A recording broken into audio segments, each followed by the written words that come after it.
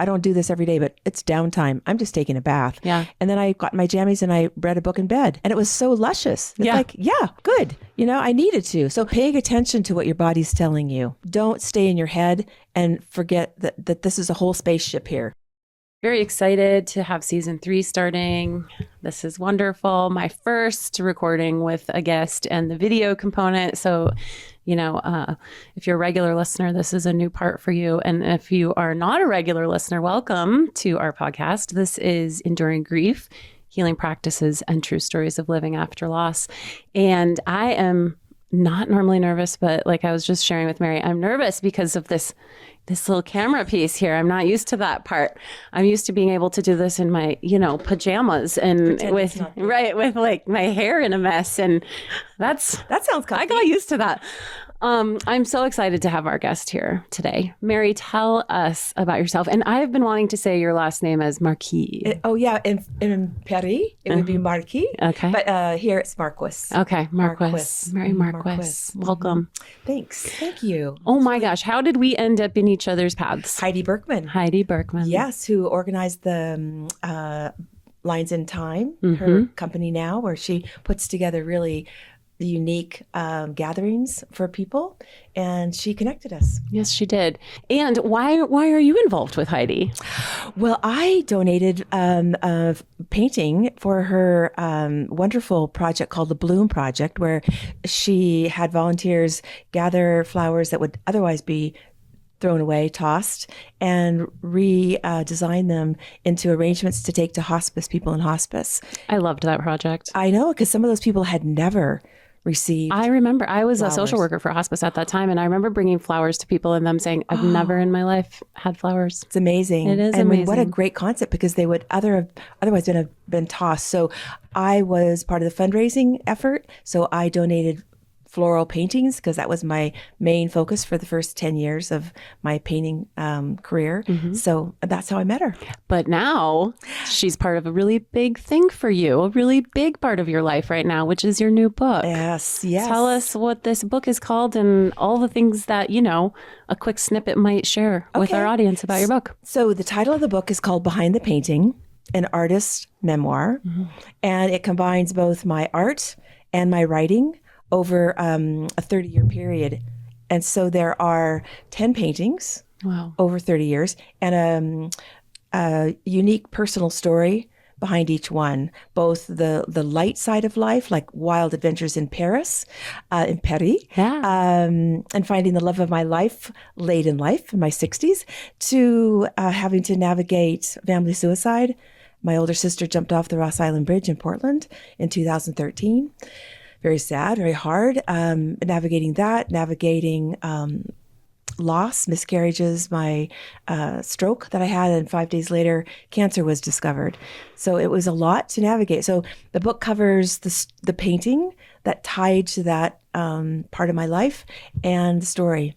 It's so incredible. And I've read the book once and skimmed it once, and, both times picked up just new insights to my own process, because I think one of the key takeaways, especially this morning when I was doing my market research, Mary, was that we live with this idea that someday we're going to go ahead and catch a break. Like, oh, now I've suffered enough. This can't get harder. There can't be more waiting for me. And as I read your story, it never felt desperate or like you were defeated. And yet there was this sense of like, wow, okay, shit just keeps happening. Right. Doesn't it? Well, it does. And I remember distinctly a moment in my early 40s. My daughter was about 4, because I had her when I was 38. And I had lost two miscarriages, and then my mother and father died 16 months apart, all within just about 3 years. And I thought, okay, that's enough. Right. Like, okay, I'm done. I put in my time. Check that off. Right. No I more. should be good. No more. I should be good. Don't you know, I can't handle anymore. And then there was a reprieve for a while. But then it was really the divorce, the 2004, and then in 2013 my older sister taking her life, and then when I hit 70, I was feeling strong, but I had a stroke, And 5 days later, they discovered cancer. So that was 5 years ago now, and I'm still building. Wow. And that's what really prompted me to put this book together, to let people know that you can get through them. I absolutely love that concept, because I think when you are in the doldrums of those sort of defeated moments, you think, one, I am quite possibly the only person that has this terrible of luck. And two, I don't see how it will ever ease or soften. And then I ultimately think like this trust with the universe is broken. And I mean, having lost my daughter, lost my dad, recently been divorced, gone through some similar things that you reference in your story, and the different type of grief that is from losing somebody you love, but nonetheless a profound grief. Even if you want it, even if it's the right thing, I think it still cultivates quite a sense of loss. And in all of that, if we, as people who are further on the path, can find a way to just sort of be a lighthouse beam to folks that are in it, to say, wait, everything changes. And sometimes it's for the worse and sometimes it's for the better, but it's going to change. Something's going to give. The only constant, and I'm 75 now, the only constant that I have experienced is change. It's change. You hear that, folks? Change. That's the only constant. And the other thing that I have learned over and over is about letting go. Identify what you can control. My response. I can control how with the miscarriages, I chose to write and paint to sort of fill that space that I would have been spending with those two children. I decided that writing and painting would be sort of my children. Yeah. So that was my pivot to make it a positive. I could control that, but I couldn't control. There's a lot that I can't. So letting go, moving on, letting go. And it's almost for me, it's like the visual that I have is going down the river. And I get hung up a little bit on the side, with the little trees and things that have fallen down, and my little boat kind of gets locked in there. But then I get my way out of there. Or the cave analogy, when I had cancer, I felt like I was in a dark cave. So it's that perspective piece. Like, perspective is everything. Perspective. It really is. And the bottom line too is, like, always somebody will have it worse or harder than you. And that doesn't diminish your suffering. Like, no. That's the comparison is the thief of joy, right? And maybe we're not even really talking about joy, because none of this is joy filled. And we have a whole episode on competitive grief, because I think it's very easy to get lost in starting in perspective and then slippery slope into comparison. But I do think empathy is a whole different issue. And that's powerful, because having empathy allows you to reach out and help other people that are having a tough time. And when I was sitting in the infusion room, getting mitomycin C through a PICC line, I noticed an older woman, even older than me, sitting there with this oxygen tank and just really curled, over. And I thought, I'm not going to compare myself, but I'm going to say I'm grateful that I am in my little boat moving along here. And if I can help her on my way, great. Or pray for her, because that helps me let go, because I can't fix her either. Right. Yeah. And I think if we really boil empathy down to one action, it's the willingness to turn toward another's suffering, knowing you can't fix it. And really just turning toward it. It doesn't even require that you put yourself in their shoes. It doesn't require that you pretend that this was you, or what if it was you. It really just says, I'm going to turn towards your suffering. I'm going to know I can't fix it, and I'm going to just be with that. Do you agree with that? Well, I do, exactly. And are you familiar with the rescue perpetrator victim triangle? No, I should be, because I'm a therapist, but I'm not. That's okay. It's something that's really helped me, because Busted. I don't. Oh, no. No, I'm well, just we're kidding. always learning. Yeah. Right. And I was the admissions director in a private psychiatric hospital. So you know this stuff. And I was, to get a degree in counseling, well, psychology from UCLA and U of O, but it really has helped me over the years because I don't want to rescue anyone. I can't rescue anyone. And if you rescue, sometimes you often then end up becoming a victim because that person that you rescued can become a perpetrator. It's just an interesting triangle, and you don't want to be in that triangle. You don't want to be in the triangle. But empathy. And I tell people too, like the minute that you say, well, if I put myself in their shoes, that's how I'm being empathetic. I'm like, well, then you're kind of making it about you and how you would be in their shoes, and they get to be in their shoes. And what does it mean to just look at them in their shoes and say, I am here. Yeah, I'm in my boat over here. Yeah. And you're in yours. And I'm not going to climb in yours or tip yours over because I'm going to be too heavy for that boat. But I'm here. Yeah. And my Cruciform series really started before the stroke and the cancer. And what for me spiritually, it's about reaching out to community for help because I'm so independent. I didn't typically, when I was younger, reach out for help. Do you know your Enneagram number? Yeah, I'm 6. Okay. And I with a really, really strong 7 wing. Okay. Like, let's go party. Let's do this. The enthusiast. Yeah. But I think I'm pretty much a 6-3-9. I stay in that, that triangle, right? But I feel like the ability to develop more self-awareness and courage and inner strength is going to make you sturdy enough to help other people without sinking with becoming a victim. Do you see what I mean? I do.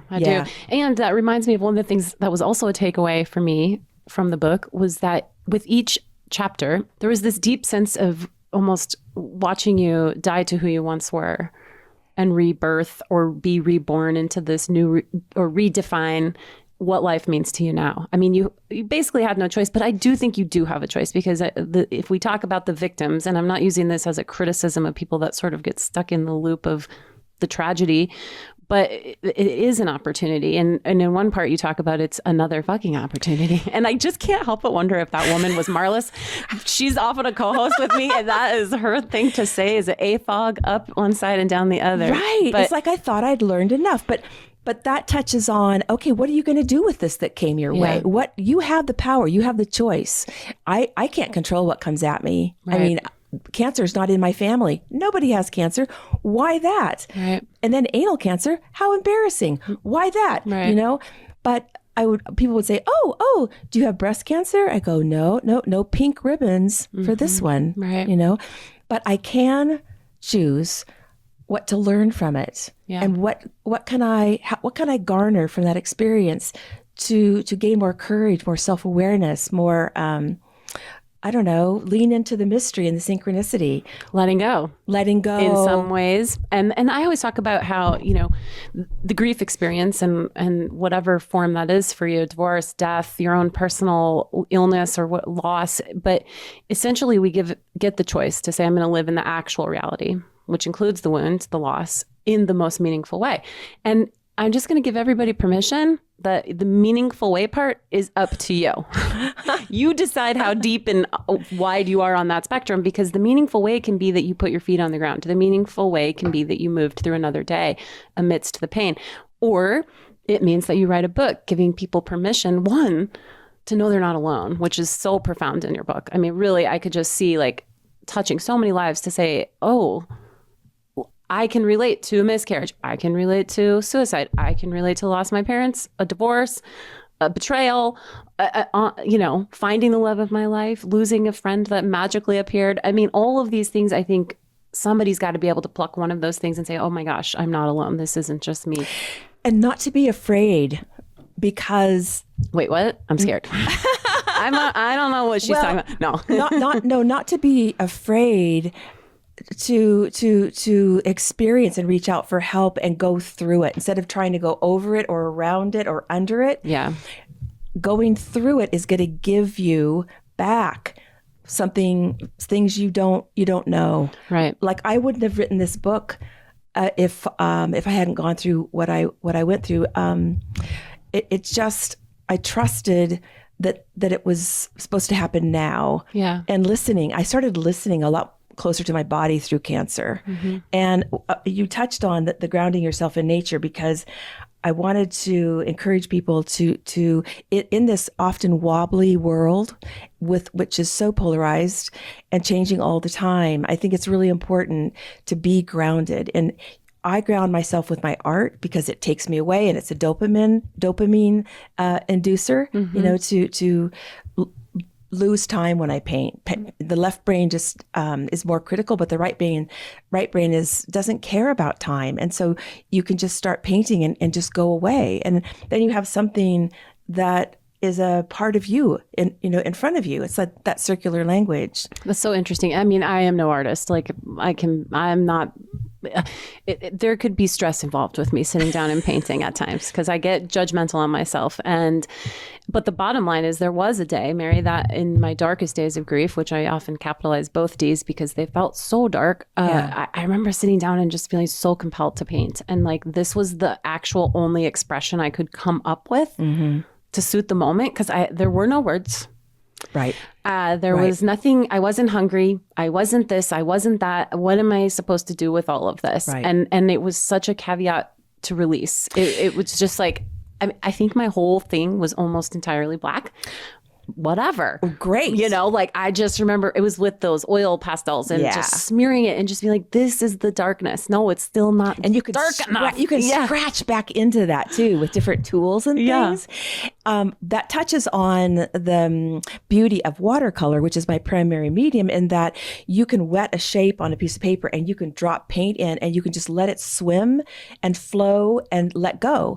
It's a wonderful practice of letting go. Yeah. And then just later bring it back out and making something of it, or just letting it be abstract in its own way. And it's a really good process of moving things from the inside out, like you with your dark, I love that. And I'm saying, like, if we're talking about grief, there is no one path, right? And no. If you could so easily compare it to something like dropping some paint into the puddle on the paper and seeing what happens, but having the courage to do it. And that is the grief process, because you come back to it the next day and you're like, well, what does it look like now? I'm not quite sure what it's going to show up as today. I'm going to add a little bit of this and a little bit of that, see if we get somewhere, or I need to set it down or whatever. But I think that they're ultimately, what you're talking about, I think, is like this trust. Yes. Trust in the process. Trust. And it's not about doing it right. No. And I think that no greater person could explain how it's not about doing it right than an artist, because the level of discomfort that artists must live with in terms of like getting it right and being perfect and pleasing the masses versus pleasing the self and all of that. I mean, but you just touched on something beautiful about letting go, because yes. Okay. So what? So now I've let go. Well, then you trust. So after letting go, the next part is to trust that you are in this river. I didn't create the river. Let's use that analogy. Or you can, God, however you identify as your spiritual connection. It could be nature. Mm-hmm. For me, for a long time, it was the ocean, the Oregon coast. Mm-hmm. That's where God lived for me, because it was so powerful and always in motion and beautiful. But that's what when I let go, I trust. And faith is a tough one. Yeah. Because but then if you do, as in my life I have for the last really 20 years, magical things happen. Yeah. Like the cave that I found in that little town of Pittenweem in Scotland, that was magical, And so there's a lot of synchronicity in my life now that didn't used to be, because of trust and letting go. And practice, folks. Like everything we're talking about. Like if you're in the darkest days, this might all sound so out of reach and so like, right, this does not apply to me. You don't get it. And that's okay. You can stay in that resistance for as long as you need to. I also think that's part of the process. Yeah. The disbelief of what has occurred in your life is part of the wound. And keep knowing somewhere deep down in your toes that it too will shift. Yeah, because in chapter 2, I think it's chapter 2. Yes, I talk about, or maybe 3, the betrayal that I went through, because one of my closest friends had an affair with my husband for 2 years, and when I had no clue, and when I found out, it was devastating. The betrayal was just. It was overwhelming, and it took me 20 years to forgive her. Mm. So, just forgive and move on. No, actually it took me 20 years. Yeah. I'm sorry, but that's what it took before I could finally say, okay, I would rather be in my shoes than in hers. Yeah. And what I'm supposed to learn, I'm learning from my side of it. she can choose to learn whatever she wants to from her side. That's up to her. Yeah. Well, and forgiveness is a very big and heavy backpack that we carry around. Yeah. And it's filled with bricks. And sometimes those bricks feel like armor of protection. I think we have a couple episodes on forgiveness where we really challenge me specifically to set down the backpack that I'm unwilling to live without it about some things. But yeah, ultimately, you know, the bigger message too around forgiveness is I would suspect that you didn't go back to being dear friends after the forgiveness, and that it's, who is it for?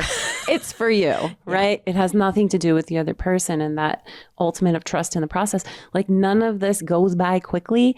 We have to go through it it, and there is no timeline. And I think that was another beautiful, I don't know if permission's the right word, but how you talk about this is decades of your life. 30. Yeah, 30. There was no quick shortcut version 30 that years. got you here. This was an evolution of you facing adversity, learning to live with it in the most meaningful way. And then one thing you'll hear me say, which is not mine, but Richard Rohr's, which is, I love Richard Rohr. pain not transformed is isn't he transmitted. the best? Yes, he's the best. And it's so true that pain not transformed is transmitted. And when you were just talking about using your art during the period of grief around the miscarriages, that was your transformation of the suffering. Right. So that you could be present and not transmitting. Can I mention another book that is that is the most profound book? I have 10 books that I recommend in the back of my book, and one of them is by John O'Donohue, Anam Cara, which means soul friend in Celtic, and that gave me more wisdom than I could possibly imagine. And what happened was, synchronistically, is that I then went on the internet to find out when he died, and he has a second cousin in Nashville named Mary O'Donohue. My name's Mary as well, who used to work with Oprah Winfrey in post-production. And I worked with her for 6 weeks to help shape this book. Oh my goodness. So John O'Donohue's wisdom connected me to Mary O'Donohue synchronistically, that then helped me really shape and figure out how I wanted to form this. Because you have 10 paintings and you have a life of stories. How do you tell that? Yeah. And then I started realizing, like with this poppy here, the first time that a circular language began was when I painted this poppy for a show, an exhibit at Broken Top. It was a one-woman show, and it was, I was nervous because it was my first big exhibit, and I had irises in the background, and I kept looking at the painting going, the irises need to go. The poppy needs to be alone. Well, unbeknownst to me, I then found out about the affair and started divorce proceedings. And at the show, I had a woman approach me who wanted to buy the poppy because it was so passionate, she said, and it reminded her of her friend who had just gone through a divorce and who had driven herself off a cliff. And then when I started teaching art classes to them in their home after that show, after they bought the painting, I saw this every time, because it took a year, to go through the divorce process. I saw this poppy and I felt so weak, but the poppy looked so strong. Oh gosh. And I was reminded, I painted that. That actually is my energy out there, here, visible. And that's the power of getting something from the inside out. Yeah. And that became then a circular language. Not every painting, but there are 10 paintings that have that circular language. I have that for you. And that story is so amazing. And I told Mary I wasn't going to need my notes, but I had a really good question about that gal, because I just thought, what did it mean to you? Because what you said was that if I do it a second time, because you did a close enough. I sold it first, and then she reached out to me and asked if she could buy it, and I said, no, I'm sorry, it's already sold. And she said, but this is important. She was very earnest. I have this dear friend who left a little money for me, and then she drove herself off a cliff from her divorce because it was a horrible divorce, evidently. And I want to buy a painting to honor her. She needed it. She needed it. And so you gave it to her. Well, I painted another one. And so what a process that was for you, probably. Yeah. Another redefinition, right? Like, it's not going to be the same. Never can. No, never can. You can't go back to who you were, guys. You can't go back. Yeah. It's just this constant redefinition. But how does it feel to realize your work is really holding someone else's grief?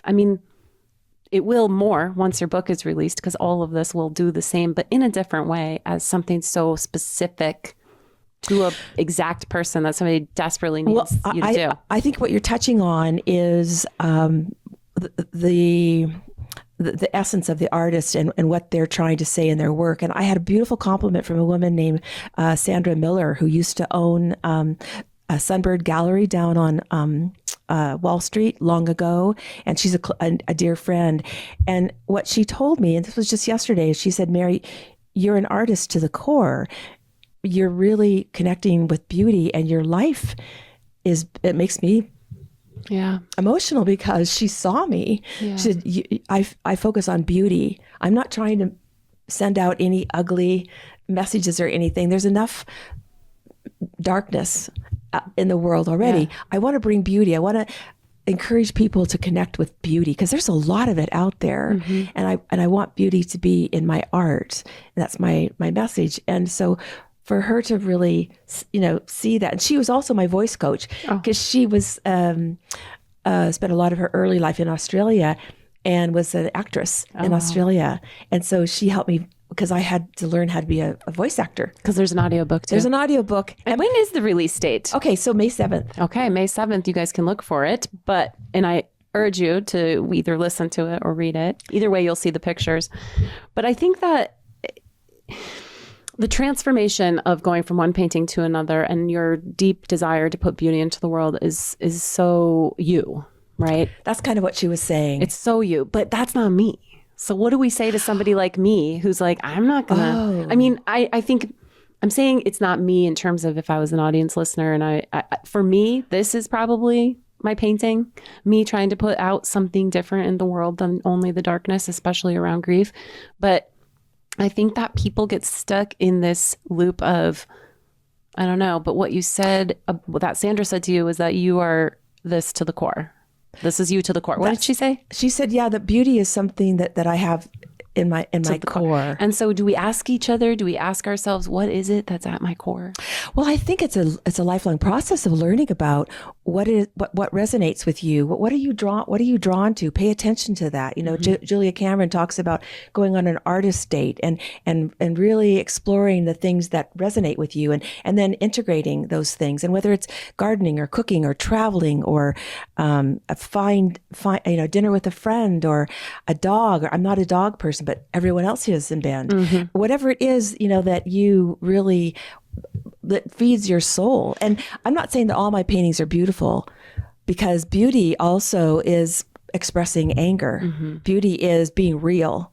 That's that, and being honest with your soul and who you are. So my audience knows, and if you're new, this is information, but I'm an angry griever a lot of the time. I'm an 8 on the Enneagram. So my daughter is an 8. An 8 is sometimes lost in the anger, which my audience knows that happens from time to time for me.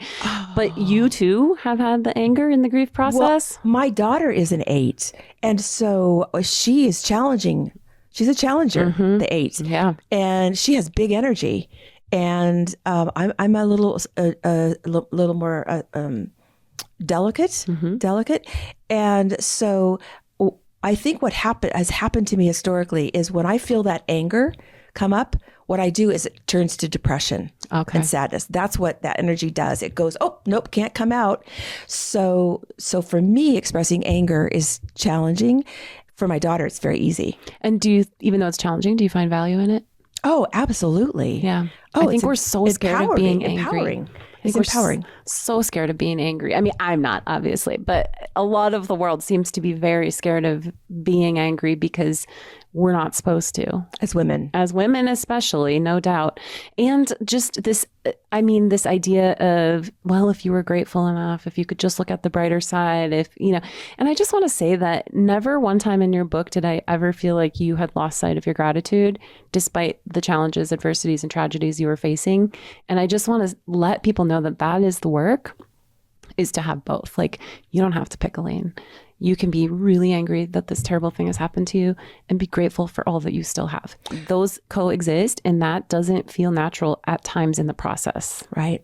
And I would guess that would be an inspiration for some art. Oh yeah, it's like I have Right. cancer. No.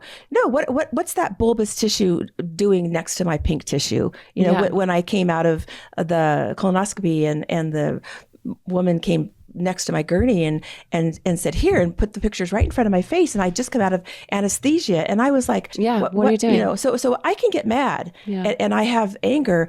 But I guess in the book, what I'm really trying to show is there's, we're all unique and we're all different, right? It's taken me a long time to understand my daughter's 8 energy. Yeah. But boy, is it beautiful. It's just not me. Right. And so we're all unique. And how we express anger, how we go through whatever it is we're going through, it's ours. Yeah. It's ours. And I think that's, for me, the beauty is is my cozy place. Yeah. You know, It's where you've landed. 'Cause like after this book launch, I'm going to London and the Cotswolds for a couple of weeks to paint. Wow. And I might meet a few little fairies over there. Yeah, you know? I hope you do. You know? I hope you do. Yeah. But it's funny that you touch on the 8 because I just have, I have one daughter. She's 6 feet tall and she just dyed her hair every color of the rainbow, just flaming, flaming. And she is a chemical engineer who worked with men mostly and then developed an AI company that sold to Microsoft, which got her to Seattle. And then she decided she wanted to be a voice actor. So she studied. And so when I was voicing the book, my coach, who I mentioned, we got to chapter 7, which is a letter from my adrenals, Harry and Harvey. I loved that, by the way. Which is the funniest chapter. It's and I thought, what do adrenal glands even sound like? I have no idea. Oh, Catherine's a character voice actor. I'll call her. She goes, oh, sure, Mom. I'll come up with something. And then she came up with these sort of male Southern voices with this great twang. Oh, funny. And I can't wait to hear it. And it's funny. Yeah. And I would have never thought of that. So the fun part is that we voice the book together in a way because she steps in on chapter 7. That's wonderful. So we can't wait to hear it. That chapter too, it's like this, I think this ongoing conversation with self that people are constantly having. I loved that there were some characters that we could identify in that conversation with self, because I know that sometimes I beat myself up so hard for not doing it well, whatever the thing is, like I wish that I'm 10 years out of my massive loss almost. And there are still days when I'm so undone that even me in this role, who knows what I know and has experienced what I've experienced in the growth. Enough of this beauty and this lightness of being. Yeah, where's the destruction? Where's the destruction? Right, exactly. Bash. Get some testosterone in here. Right. Come on. Let's truck some in, Oh, gosh. I just sometimes feel like there's enough of that in the world right now. I mean, my God, with the orange man and it's getting bad. So it's real. It's real. There's narcissism. Everybody knows what that looks like. If somebody read the book, what do you hope this episode will give them more of? And then if somebody isn't able to read the book, what do you wish to just give them in this opportunity? Well, okay, and I would think the first thing really is encouragement that they're not alone. Like you started out saying that. Unfortunately, there's no shortage of tough stuff in life. And as much as I wished there never would be any more, when I had the tough early things in my 40s, things swing back. Things came in my 70s that were pretty overwhelming. And I've lost 4 people in the last 4 years from cancer. Because if the chemo drugs are tough, and that's a whole nother story. But I think that encouragement mainly is like, you're not alone. Reach out. Don't be afraid to reach out and get help, because that's where community happens. And that's what we're meant to do. We're not meant to really be alone. And I talk about how if a celebrity dies, we all have this community permission to grieve together, even though we never met the darn person. Yeah. But because there's this freedom, this community permission to say, oh, I'm able to express because you are. Like, how do we let that saturate to the normal person grieving the person they lost, instead of doing it behind closed doors or grieving the experience they're going through or whatever? Like, people just really convince themselves that they have to do it alone and in isolation. Right. And I think it's important to be well, what I have learned in spades, which maybe sounds simple, but it's not, is to be kind to myself. Wait a minute. Be kind to myself. That's so hard. It is so hard because Why is that so hard? Because I learned from both my mom and dad were very critical. Yeah. I was supposed to be well educated and bright and have the right answer at the dinner table and be thin and be pretty. And it's like, what? So What? hard. There's no finish line to that. No. There's just no finish line to that. And so to be kind to yourself, to be kind to the process, to be kind to the days that you are really knocking it out of the park, and the days where you're like, I'm barely making it. Right. Like last night, I just took a bath and I was just like, okay, I don't do this every day, but it's downtime. I'm just taking a bath. Yeah. And then I got my jammies and I read a book in bed and it was so luscious. It's like, yeah, good. I needed to. So paying attention to what your body's telling you. Yeah. Don't stay in your head and forget that this is a whole spaceship here. True. Yeah. And I think if we think about that in terms of being brave enough to do art, being kind to yourself is probably is one of the primary colors of being an artist, right? Like you have to find the place, especially, people listening to this likely are not going to be becoming artists that are selling things and becoming career painters. And that's okay. Be gentle to yourself and just see what happens by trying something new. Yeah, exactly. Try something new and don't hold back. Yeah. It's this, what is it? Who is it that said this? We have this one precious life. What are you going to do with it? Mary Oliver. The book's right over there. Okay. I reference it all the time. Okay. Yes. Yeah. This one in precious life. And joy is not a crumb. And especially in hard times, in dark times, like believe it, joy is not a crumb. It's still there for you. It is. Collect it. Love it. Yeah. Nurture it. It's as important as the anger. It's as important. And I think that there's a lot of stories around why we shouldn't be joyful when things are really hard. And also, I don't know if I mentioned this, but in art, in my painting, the darks set up the light. And that's what sets that light up. Because without the dark, you don't appreciate the light in the painting. That's where your eye goes, is to the light. But the shadows are there too. And with the experience, I would call them dark experiences, especially cancer was the hardest, not to compare, but woof, that's a tough one. Yeah. And it's because of those drugs. Yeah. And what doesn't, kill you, you sort of come out of it. But I feel like it's important to remember that it's all, there's the black and the white and all the grays and the nuances. It can be a pretty overwhelming, full life. And so be gentle to yourself. Goes back to be kind to yourself, because there's a lot going on here. Yeah, there is. And I can't help but wonder, like, maybe your message is for people who wouldn't have the chance to read the book. Like, it's just such a universal message. And in order to put yourself out there and try something new, if art has not been a medium of release for you, it takes trust. It's another process that you can lean into. Trust, let go, do all the things we've talked about. These are all skills that are intertwined in the grief process and learning to live with what is. And what an opportunity to practice that.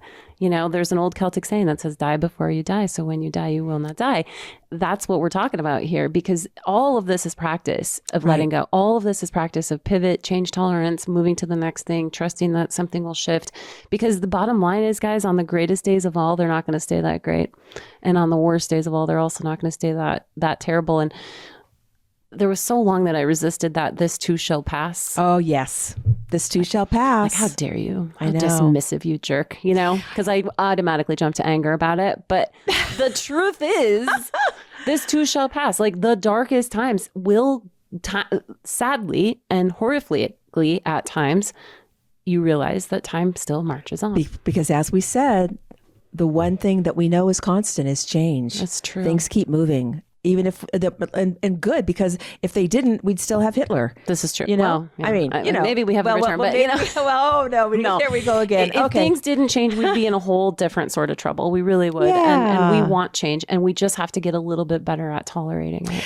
Yeah, it's hard though, because our nature wants to hold on. Yeah, especially to the good things. And I've been reflecting a lot about, like, what's one small thing I can do differently each day to move toward what matters most. And a lot of what you said in your book reminded me of how important that is. Like, it's a constant eye on the prize, eye on the truth that this too shall shift, that I can learn to live with this. And there's a new version of me on the other side that's probably going to be doing okay. Yes. You know? Yes. And I know that if you're in the midst of the very, very dark times, it doesn't feel like you're going to be okay. And that's all right. You stay there as long as you need to. And if you care about a little bit of a forecast, just listen, that chances are someday you will have at least a moment of doing okay in this new version. And none of that to say we wouldn't do anything to go back, to undo some of the tragedies. Probably you could have learned some of these lessons without facing cancer or losing your sister. I certainly feel convinced that I could have learned all of this without sacrificing my daughter.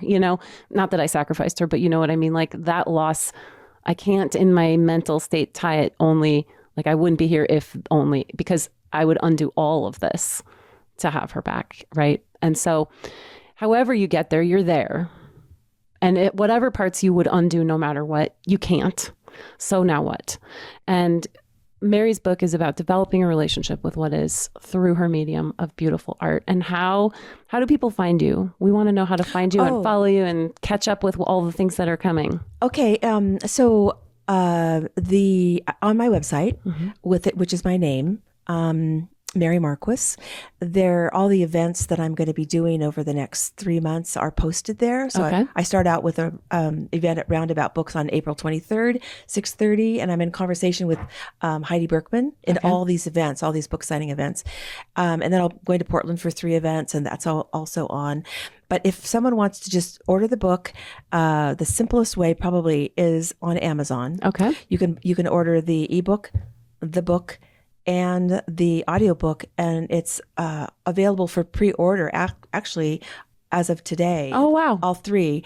And then they'll ship, they'll distribute that May 7th because that's the actual launch date. Fantastic. May 7th. Yeah. And social media? Do you have social media? I am. I'm on social media on Instagram and have Brushable Travel. That's my business account. Okay. So Kevin will try to put that up in the show notes. And Substack. Okay, fantastic. And regular Facebook account. So yeah, and the book will be available in other bookstores as well, but that's up to the bookstores in terms of what they order. That's a whole distribution issue, but for sure it's on Amazon now for pre-order. Oh, that's awesome. Congratulations on this incredible piece of work. Thanks. I think and I want to remind you in case that you are changing lives, and that, if one person walks away from it, which you can know they did, because I just did, knowing I can tolerate change. I can try something new. There is beauty always to be seen. It has to include the darkness. It does. And every expression that somebody has, whether that's painting or this podcast or something, there is a story behind that, and how rich we could be to pause and understand the story behind it for ourselves. Right. That's the message, is like, what's your literal or metaphorical painting, and really what is the story behind it? And if you don't have one, now's your chance. Make one. Yeah. And I want to leave with one thing, because kindness in chapter with my sister, she was incredibly kind. And there's a story about her kindness in chapter 6. Yesterday I was at I won't say the store, but the person helping me was really edgy. And at first the instinct in me was anger. Like, no, I'm here, you're supposed to be helping me. But then I went, wait a minute. I checked it and I went, you know what? Let's just have fun here. Let's see if I can turn her around. Yeah. And so I noticed her name tag. I called her by her name. I acknowledged that, I wouldn't have a clue about how to do what you're doing on the other side of the counter there. Glad you're doing this for me. She started lightening up. Yeah. And by the time I left, she was happy. And I thought, that's just fun for me.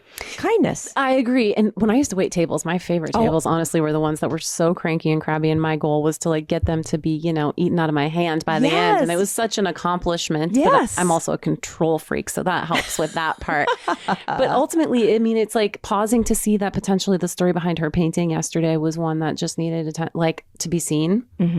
Yes. To be seen. Yes. They're back to the empathy. I don't have to pretend to be you. I don't have to even actually know what's going on, but I'm going to just turn toward you. Yes. In this moment of clear suffering.